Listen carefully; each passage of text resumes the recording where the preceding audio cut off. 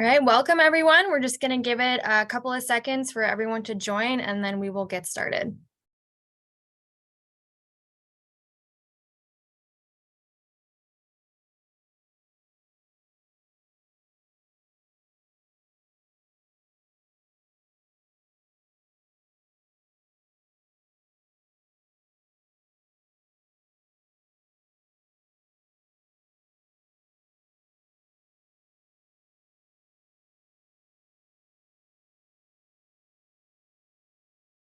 All right, there's still some people hopping on, but we're going to go ahead and get started. Again, welcome everyone to the National Participant Opportunities and Alumni webinar. Thank you all for joining us today. We do have a lot to cover. If you have any questions, please feel free to drop them in the chat and we will go over them at the end. We're going to start today with a brief agenda overview. We're going to do some team introductions first, some general website overviews, general event updates. We'll touch on the alumni network, the college scholarship programs, and like I said, we'll finish today with some questions and answers. So let's introduce the team. Hi, First T family. It's great to see so many names that I recognize and a lot of new names as well. My name is Brandon Luna, Director of Events at First T. I have been with the organization for 12 years. This year, I will be overseeing both the PGA Tour Superstore Leadership Academy and Summit, as well as the First T Drive Your Future Academy. Nicolette Scalf, I'm the Senior Coordinator of Events. I oversee the First T National Championship and Pure Insurance Championship. I've been with First T headquarters now for almost 2 years.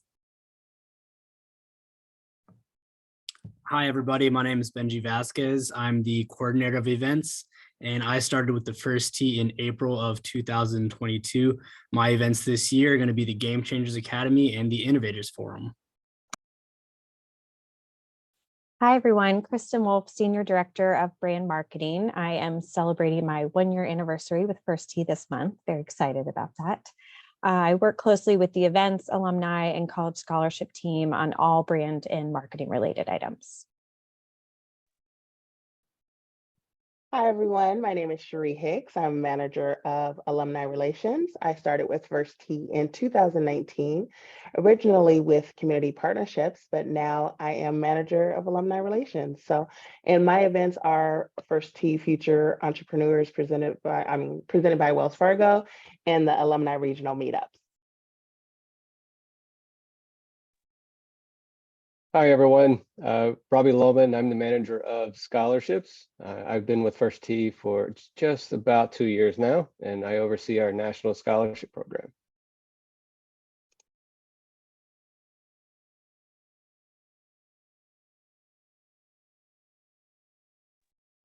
Sorry about that. Hi, everybody. My name is Taylor Guys. I am the coordinator of scholarships.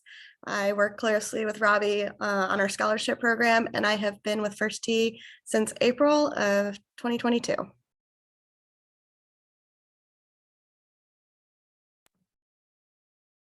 All righty. The first thing that we're going to talk about today is our 2023 Participant Opportunities schedule. So as you can see, you can navigate the intranet to our schedule page.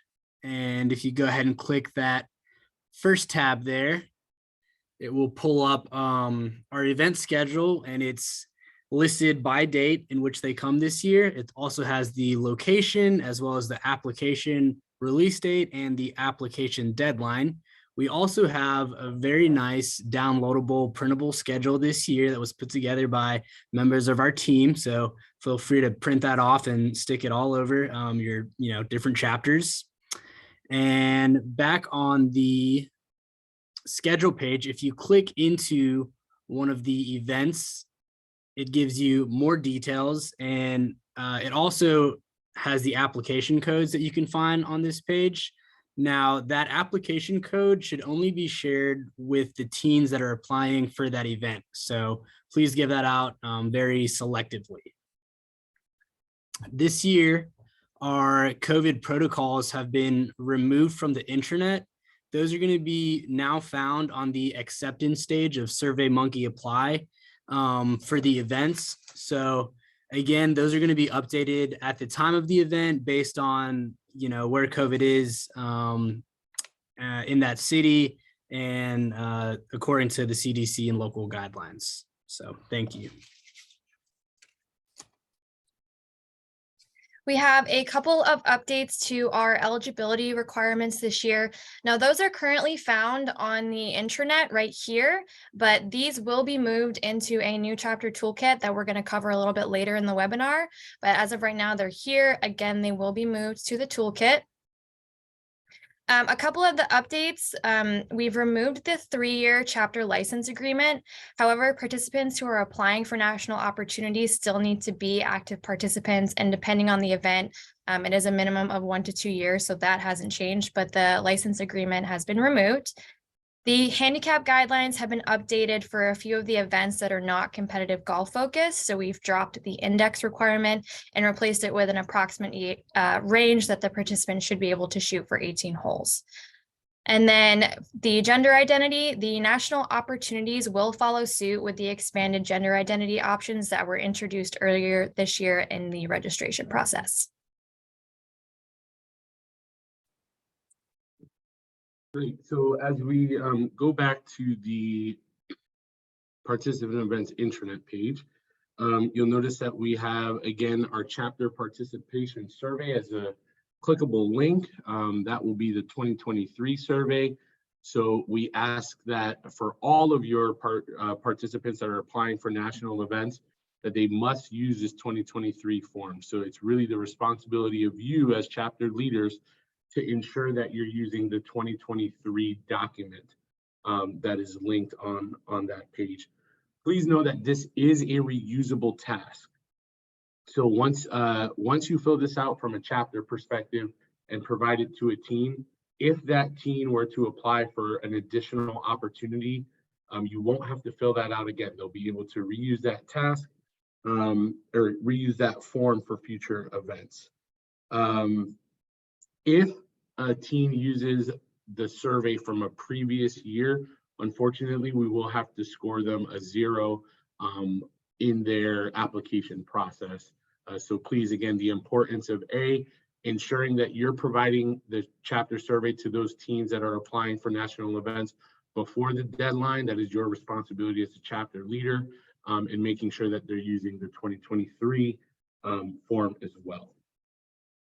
So now that we've covered some of those sort of top line items and tools, we really want to take a little bit of a deep dive into our application assistance tab. So you'll notice that that's located here. We'll click on that. And 3 really important video tutorials that we've created. So for those chapters, also, this is really a great opportunity for you to learn how to create a new account, or what your teams are going to go to create a new account on SurveyMonkey Apply, or if they're returning users, if they have an existing account, there's a specific video tutorial to make sure that they're applying correctly for 2023 events. And then, as you heard me mention earlier, with the chapter participation survey, what we've tried to do to streamline the application process as a whole is focus on reusable tasks, so that the teams, when they're going through the application process for multiple events, they can reuse forms that they've once created, and the information really hasn't changed, so that the majority of their application can be reused. And then really we're only asking for them to answer specific questions for each event. And that's really pretty much focused on our short answer essays. So when you click on these links, they will pull up a YouTube link. So I would encourage you as chapter leaders to pull these ahead of time and have them available for teams if they're having any issues with applying for an event or creating a new account. By simply giving them this video tutorial, it's going to save a lot of questions for you. It's going to save a lot of questions coming into headquarters. I promise you that 99.9% of the questions that you may receive regarding creating a new account, or if they already have an account and applying for a new event, can be answered with those videos. So just as a reminder, the teens and parents do not have access to the intranet. So that's why it's really important to get ahead of that and have those YouTube links, maybe saved somewhere that you can share that with any of those teens that are applying for national opportunities in 2023. So now moving below, I want to talk about the application sample. The sample application, that first tab, is really a holistic application that was submitted, and it really does a nice job of outlining what we are looking for, what the selection committee is looking for in an application. So as you'll notice, the school and activities chart, this is an opportunity for your teen to brag a little bit about themselves and everything that they're doing. Now, keep in mind that really the information that should be shared here are within a 2 to 3 year span. We don't, as I'm sure they were very involved in middle school, but we don't necessarily need to know what they've been doing for the past 4 or 5 years. So just keep that in mind. There are short answer essays. This is an actual application. We blocked obviously all the personal information, but you'll notice if you get a chance to review this, and I would honestly probably send this to your teens as well.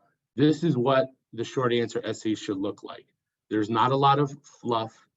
They answer the question, and there's some depth and thought. You can tell that this young person, when filling out their application, has really put in the time and effort required to be selected. One of the things that I always try to mention to chapter leadership is that, 3 to 4 points in an application score could mean the difference of your team getting in or not. So a lot of that time and effort can sort of be, we can tell, and the selection committee members can tell if something's been done last minute. So again, trying to get ahead of it. And there are examples of letters of recommendation, the chapter surveys in here. So this is a really well done application.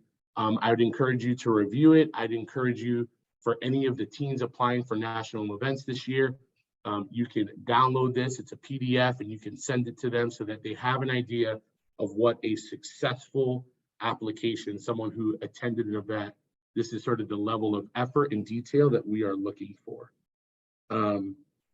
So with that, I'm going to turn it over to Nicolette, who is going to talk about the sample golf resume that we have posted as well. Yes, so this is another update for 2023.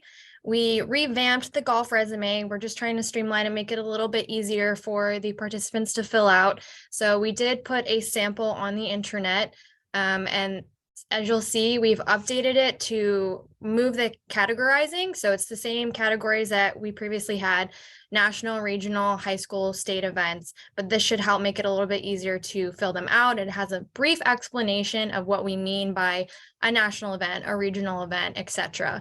And then this application is not a real one. It was taken completely from events that actually happened, but the results are not real.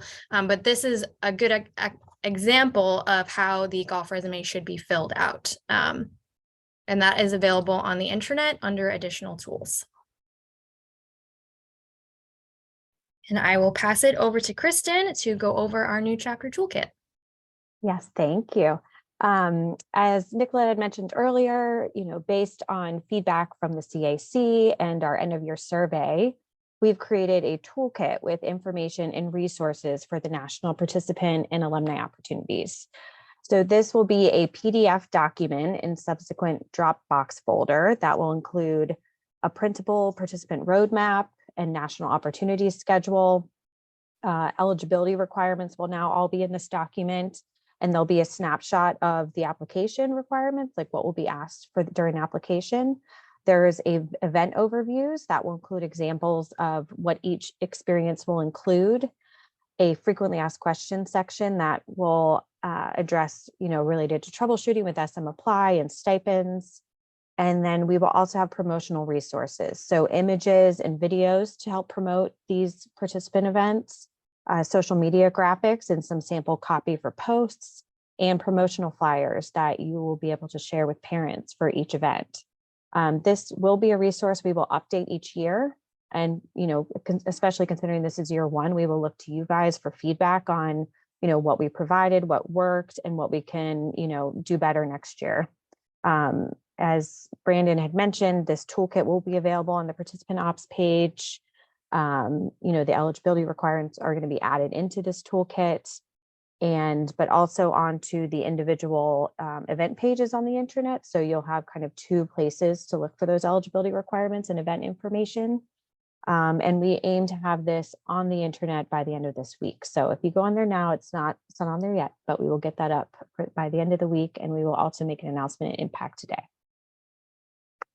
Great, Kristen. Thank you for sharing that. And before we move forward, for those individuals who have been with First Tee for about as long as I have, what's really fun about this toolkit is that even the participant opportunities schedule is going to be scalable. So if you remember the old school participant opportunities posters that we would have created, this is going to be a really fun way to have this displayed at your chapters, at your site locations.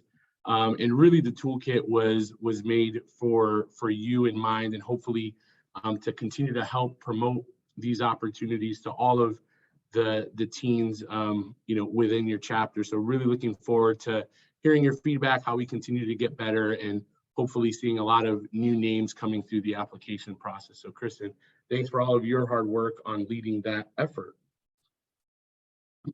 Okay, so we're going back to now the main page on the intranet. And just so that people are aware, I want to point out one thing. I'm going a little off script here, but when you log into the First Tee intranet, on the top right-hand side, when you scroll over participant opportunities, you can either click directly on the opportunities word or scroll down as Nicolette is doing to participant events, and it will bring you to this main page, okay?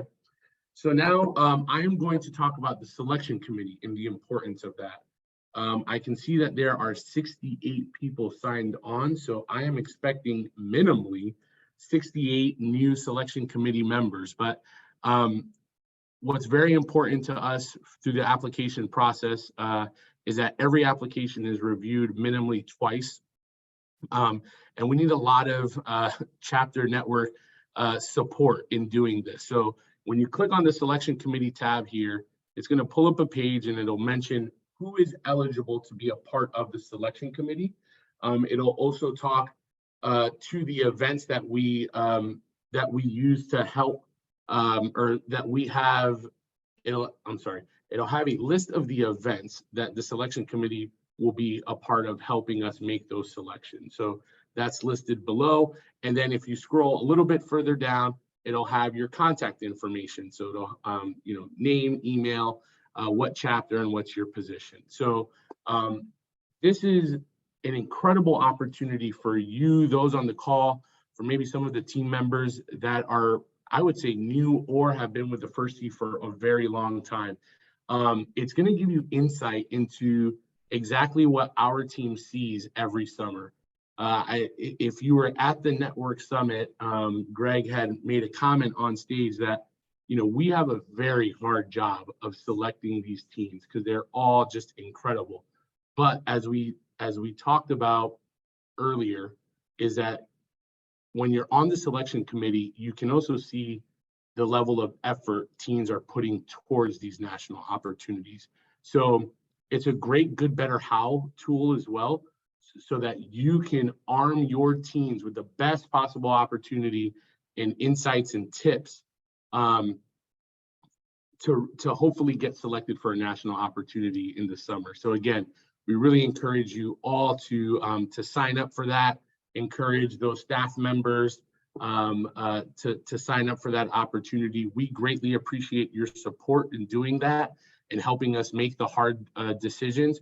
But again, at the end of the day, it's going to give you phenomenal insight into the type of final candidates that do get selected for these events. So with that, I'm going to turn it over to Nicolette to talk, to jump into some general event updates.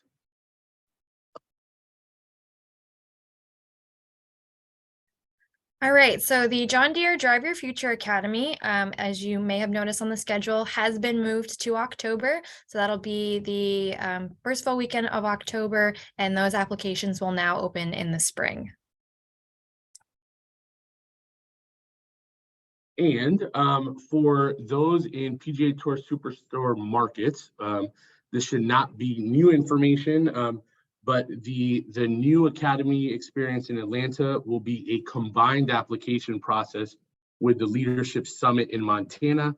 Basically, what we're going to do is once we have all of those applications that come through, essentially the top 40 will be selected for the Montana experience, and then the next 48 will then be selected to Atlanta. You should all have eligibility requirements, just because we've talked through that pretty thoroughly in leading up to this call. Just note that, again, a team cannot attend both the Montana experience and Atlanta experience in the same year. And once they attend one of those national opportunities, there's not a chance that they can go back. So yeah, so that's our update for the PGA Tour Superstore Academy in Atlanta. Really excited to announce that starting this year, the Innovators Forum will be an annual event. Previously, it was in conjunction with the Network Summit, but this year in 2023, we'll have it in Jacksonville, and then next year it will go with the Network Summit to Phoenix. So very excited about that opportunity. Participant stipend information is going to be covered in the FAQs in the chapter toolkit. So just check that. And just as a reminder, as we had mentioned, the chapter toolkit will be available at the end of the week. It will be a clickable tab on the participant events intranet page. So it'll basically replace where it currently states eligibility requirements. So the FAQs about stipend reimbursements, the eligibility requirements, all of that is going to be in this new chapter toolkit by the end of the week. So just again, a reminder to that. A couple of updates as far as teams being selected for events this year. So two new items. The first is really around their travel. As you all know, as having teams being selected for national opportunities, coordinating travel is a lot, especially when you have 72 or 81 teams submitting travel. So what we are going to do that will be different this year is we are going to create a travel form that the team has to fill out on SurveyMonkey Apply. So this is going to be a task that once they get selected, they will get moved by our team into a new sort of phase or stage. And then they will have to fill out all of their travel information within that page. So it does two things for us. A, it sort of locks us in and confirms that they will be attending. And then B, it will obviously make the information of all of their arrival, departure flight information, connecting flight information a little bit more streamlined and formalized rather than just relying on email. So this is the first time we're doing it. We're hopeful that it will be a great tool for both the teams in the chapter as well as us at HQ, who have the pleasure of going through all of that travel. So that will be new. In addition, we are going to create a medical travel form. This is just going to be some top line information that we're going to ask the teen and their parent guardian to fill out. And this form will essentially be printed out on our end on departure date and given to the teen. In case there's any type of medical emergency where there's not a staff person there. So think of, as they're boarding a plane, if something were to happen to them, there will be a printout of their information, their emergency contact, the point of contact for First Tee headquarters on site. So this is just a preventative measure in case, we hope we never have to use it, but in case something were to happen, that emergency responder would be able to maybe go through their backpack and it would be available. So on our end, we are going to inform the teens to put this in something that will be, a carry-on that they'll be bringing with them, but going back home. I would highly encourage you, and we will do our best to promote this as well to the teens and parents throughout the year, but that they print that as they leave home coming to a national opportunity as well. So again, just trying to be very proactive to any sort of emergencies and medical emergencies that may come up. So that will be, we will be implementing that this year in 23. So with that, I am going to turn it over to my colleague, Cherie, to talk about alumni. Thank you, Brandon. Hi again, everyone. I'm here to explain a little bit more about the First T Alumni Network and some of the exciting opportunities that we have for our alumni this year. The Alumni Network is an inclusive community of past participants who are 18 years or older and have completed a minimum of 2 programming sessions at as a First T participant at a First T chapter location. What we do is we offer a global network for the alumni to connect and stay engaged with First T and each other, so that no matter where their life's journey takes them, they know that they have a community within First T.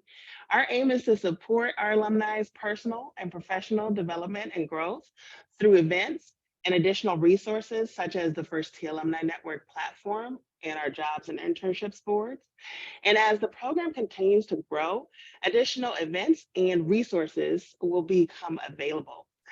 In addition to supporting our alumni, another aspect of our program is to support our chapter network with resources such as the First T Alumni Network platform and regional events to help you with your engagement efforts. For more details about the alumni-related chapter resources opportunities available, we did have a webinar last month, and that recording is also available on the chapter intranet. So for 2023, we have 3 returning alumni national opportunities and 1 new regional alumni offering.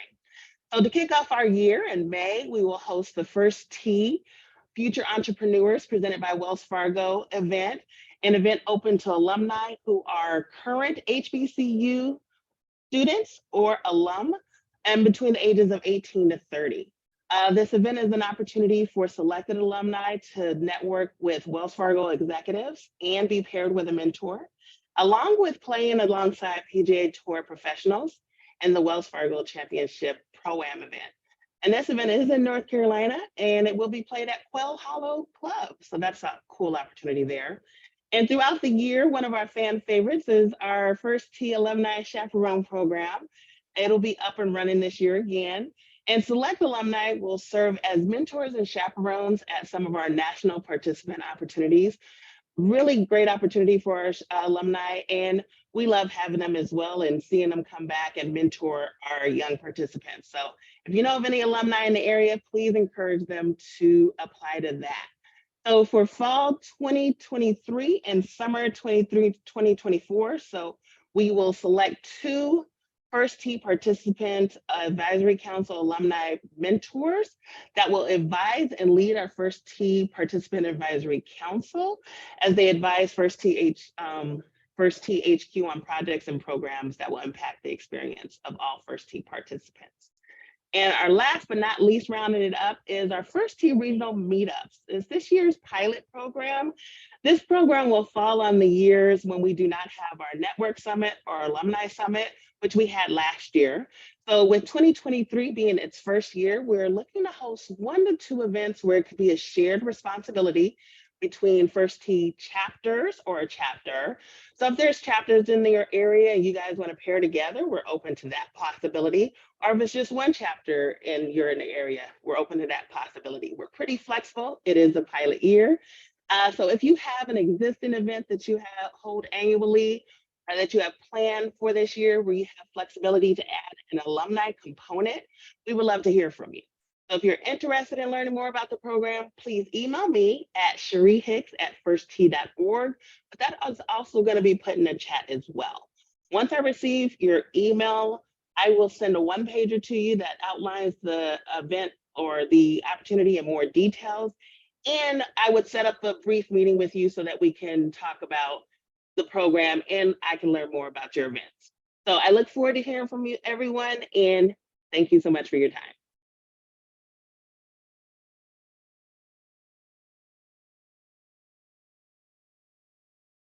Hi, everybody. We are going to move on to the First T Scholarship Program. The First T Scholarship Program is a program available to participants who excel in academics, leadership, chapter and community involvement. It's a 4-year program available to those seniors that are qualified as seniors of December of their high school year. It does have a 3.3 GPA requirement out of a 4.0 scale. Participants are to have the intention of going to a 4-year accredited institution, whether that's a college or a university, a high level of volunteerism, and then a high level of chapter involvement as well. Those individuals that apply that have a higher level of chapter involvement, they will be seen through the participant survey that they have to submit through the application. We do want scholars that have high involvement with the First T at their chapter level. The program is a pretty incredible program as it does have quite a bit of things that scholars receive. And some of those items are a personalized parent mentor. So we do match every incoming scholar with a mentor based off of their either location or what interests they have in school, or different involvement opportunities that they've been a part of. There's also multiple professional development opportunities, both in person and virtually, that the scholars will be able to participate in, including a pre-college retreat that allows them to kind of have a crash course in all things college. It's set before their freshman year, so that way they kind of have some insight on what their freshman fall is going to look like, and we give them the tools to be successful that first semester, as well as a winter workshop where we bring all of our participants that are in the program for a weekend of professional development based off where they're at in their current college career. We also do offer internship and employment assistance, as well as the scholarship. Obviously, being a scholarship does have some monetary value as well, for up to $20,000 over the 4-year program. Currently, the application is open. It opened January 1st, and it plans on closing on March 1st, with us announcing the scholars sometime in May before the summer starts. If anybody has any questions, the more information can be found on the Participant Opportunities page in the chapter internet. Thank you. Great, thanks, Taylor. So we are now, I know that was a lot of information. I appreciate everyone staying engaged, and Brittany, thank you for sharing all those links. I think it's extremely helpful to have those available for our chapters. We are now going to open it up to any questions that you may have. So I'm going to play point guard here a little bit. I'll sort of send out the questions to a specific event manager based on those that come in. So if you have a question, please feel free to drop that in the chat. I know that this was answered within the chat, but I do want to talk about it because this is 99% of the issues that we receive, that we will get in terms of returning users applying for an event. So the question was, does a participant who applied last year need to create a new account on SurveyMonkey Apply this year? So the answer is no. They would be considered, having an existing account, they'd be a returning user. But they will need to add the correct application code. When you go on that link, on that YouTube link, it specifically talks about how to add that information onto their account.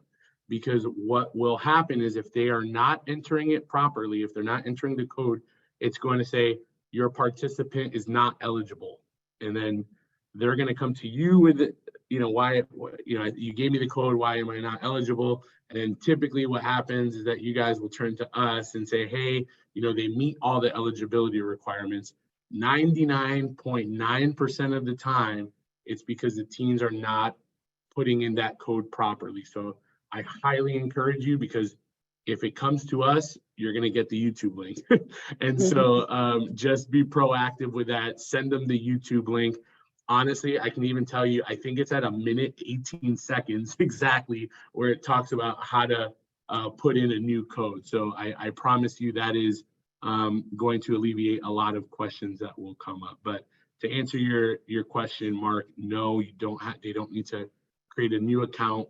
I'd highly recommend you sending the existing user guide, that YouTube link, to them. Another question that came up, so I'll take this one. So the travel form that will be completed after a participant has been selected to attend an event. So that's the question. So yes, it only teams that get selected will then be moved on SurveyMonkey Apply on the back end by our team to a new stage. And in that stage is where that travel form, they will have to go and fill that information out. Now, everyone, those that are selected and non-selected will be notified via email, and everything will be outlined in the acceptance packet. So if you've had a team that has been selected for an event, you know that there is an acceptance packet that not only goes out to them, it goes out to their parent guardian, and it goes out to the chapter representative. So if you've never had a participant apply, there is a very extensive acceptance packet with steps that for the teams that need to get completed. So the second part of that question is, for those chapters who book travel for the participants, will it be up to them to complete that survey or that travel information form? No. What I would do is, if you're booking travel, then you need to provide that information to the team and empower the team to do that. This is the whole part of this process of moving online, is to prepare our teams for college applications or scholarship applications, or everything is done online. So empower them to do that, but you need to make sure that you are providing them the information that they will need. So in that instance, it is their travel info. Okay, Nicolette, I'm gonna turn this question over to you. It's from Sarah, Central Valley. Is the First Tee National Championship at Stanford a spectator event like Pure Insurance?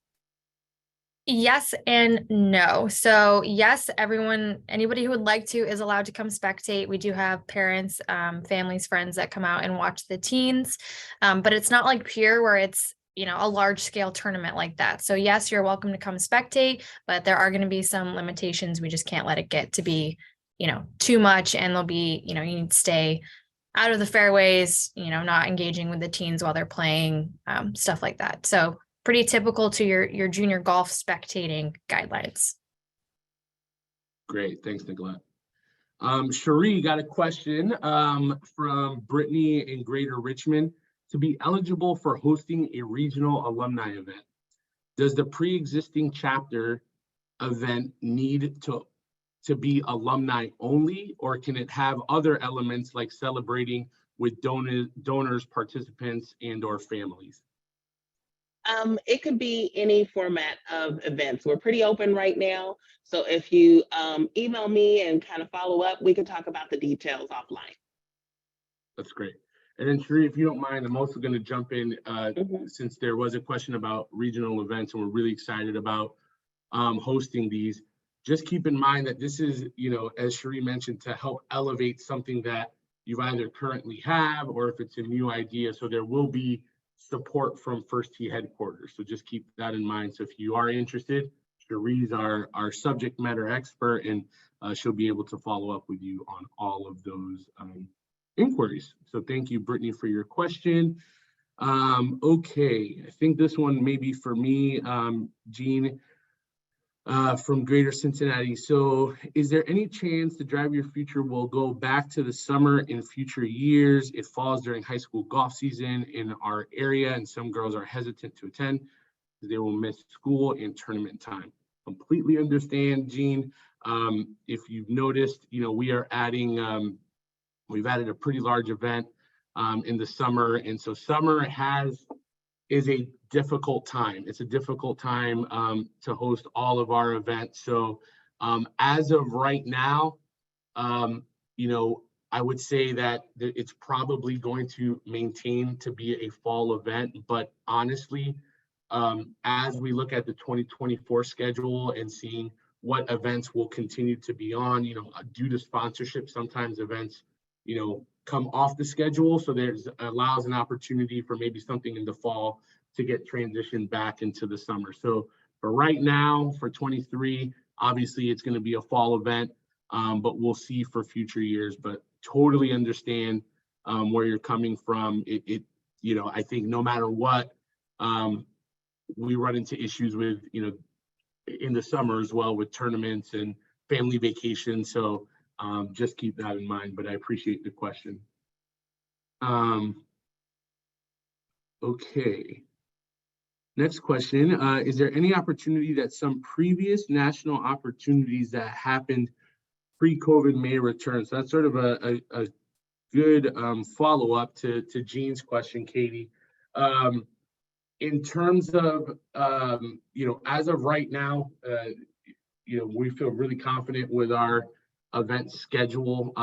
Obviously, as interest, the benefit is that we have a lot of interest in our national participant opportunities. As you're all aware, you're doing the great work back at the chapter network, and we get to sort of highlight some of those fantastic leaders at our national opportunities. So there's always interest in bringing events on. It's just trying to maintain, you know, the feasibility of hosting those events. So as of right now, I would say Katie, if there's anything in specific that you had in mind, feel free to drop it in the chat. But to my knowledge, you know, I would say that there are not any sort of pre-COVID national opportunities that will return. But if you have something specific in mind, please drop it in the chat, and maybe I'm just forgetting something there. Great question, Cherie. Turning this back over to you. My dear friend Charma Bell in Delaware. Cherie did a great job of discussing the alumni program. Any suggestions as to how we can evaluate what alumni we choose to participate, criteria that we should use? The criteria basically is anyone who has done 2 sessions of programming as a first tee participant at a chapter location, and anyone who is 18 years or older. So even people who have lost touch, let's say they stopped in middle school, but they still are first tee alumni. So anyone who has completed first tee programming, formerly life skills programming, or whatever the equivalent is now, that is someone who we would consider an alumni. Perfect. Thanks, Cherie. Great. And Charma, thank you for confirming. Charma did confirm that it is marked at 1 minute, 18 seconds, that it talks about how to properly add a application code for returning users. So thank you, Charma, for fact checking me. One of our alumni and now chapter reps, David in Greater Charlotte. The question came up, will any more opportunities be added this year, or is the schedule set? David, I hope there are not any additional opportunities added this year. So no, the schedule is set for 2023. The only items that we're still trying to figure out, as Cherie mentioned, are some of those regional opportunities that if there's a chapter, you know, interested in sort of partnering with First Tee on headquarters, that we'll get that squared away. But as far as national participant opportunities, the schedule is set for 2023. Got it.